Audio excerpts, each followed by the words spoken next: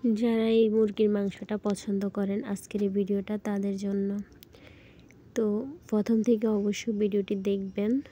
খুব সহজেই আমি মাটির চুলায় আজকে মুরগির মাংসটা রান্না করে নিব।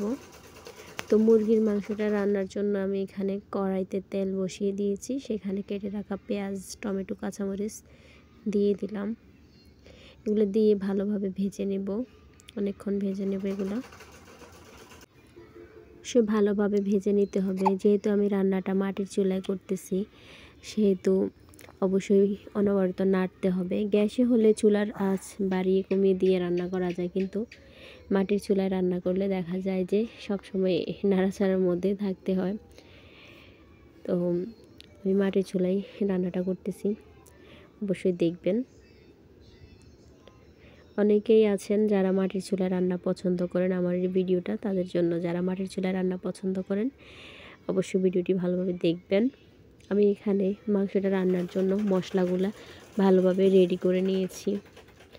মশলাটা আমি এখানে হলুদ, মরিচ, লবণ এবং গরম মশলা, তারপরে আদা, রসুন সেগুলো একসাথে একটা বাটিতে নিয়ে নিয়েছিলাম, সেগুলো এখানে দিয়ে দিলাম। তারপর মশলাটা কষানোর জন্য একটু পানি দিয়ে দিলাম। পানি দিয়ে তারপর এখানে মশলাটাকে ভালোভাবে কষিয়ে নেব। আমার কাছে মনে হচ্ছিল গরম মশলা কম হবে, সেজন্য এখানে আরও একটু মশলা দিয়ে দিলাম।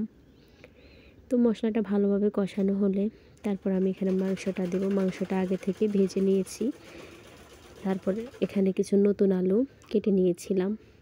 কষানো মশলার সাথে আলুগুলা দিয়ে দিব। শীতকালে নতুন আলু দিয়ে মুরগির মাংস রান্না করলে সত্যি অনেক মজা হয়। যেভাবে রান্না করেন পাতলা ঝোল আলু দিয়ে অনেক ভালো লাগে। তো আমি অনেকক্ষণ ধরে মাংসটাকে দেওয়ার আগে এখানে আলুগুলাকে ভালো করে কষিয়ে নিচ্ছিলাম। আলুটা ভালো করে কষিয়ে নিচ্ছি।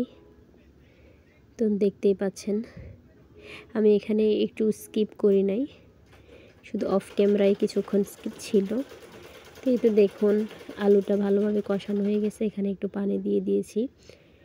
তো এখানে এখন ভেজে রাখা মাংসগুলো দিয়ে দিচ্ছি। ভেজে রাখা মাংসগুলো দিয়ে আরও কিছুক্ষণ ঢাকনা দিয়ে আমি মাংসটাকে কষিয়ে নিব। তারপর গরম করে রাখা পানি সেগুলো মাংসতে দিয়ে দিব। তো দেখুন আমার মাংসটা প্রায় কষানো হয়ে গেছে। এ পর্যায়ে এসে আমি মাংসগুলোতে পানি দিয়ে দিব, অর্থাৎ পরিমাণ মতো ঝোল দিয়ে দিব। আপনারা চাইলে এখানে যার যেমন পছন্দ ওইভাবে রাখতে পারেন, ঝোল যার যেমন পছন্দ ওইভাবে রাখতে পারেন।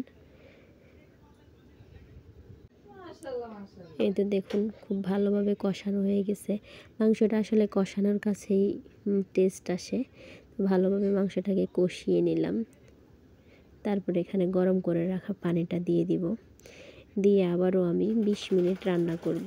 রান্না করার পর দেখুন আমার মাংসের ফাইনাল লুকটা কেমন হয়েছে।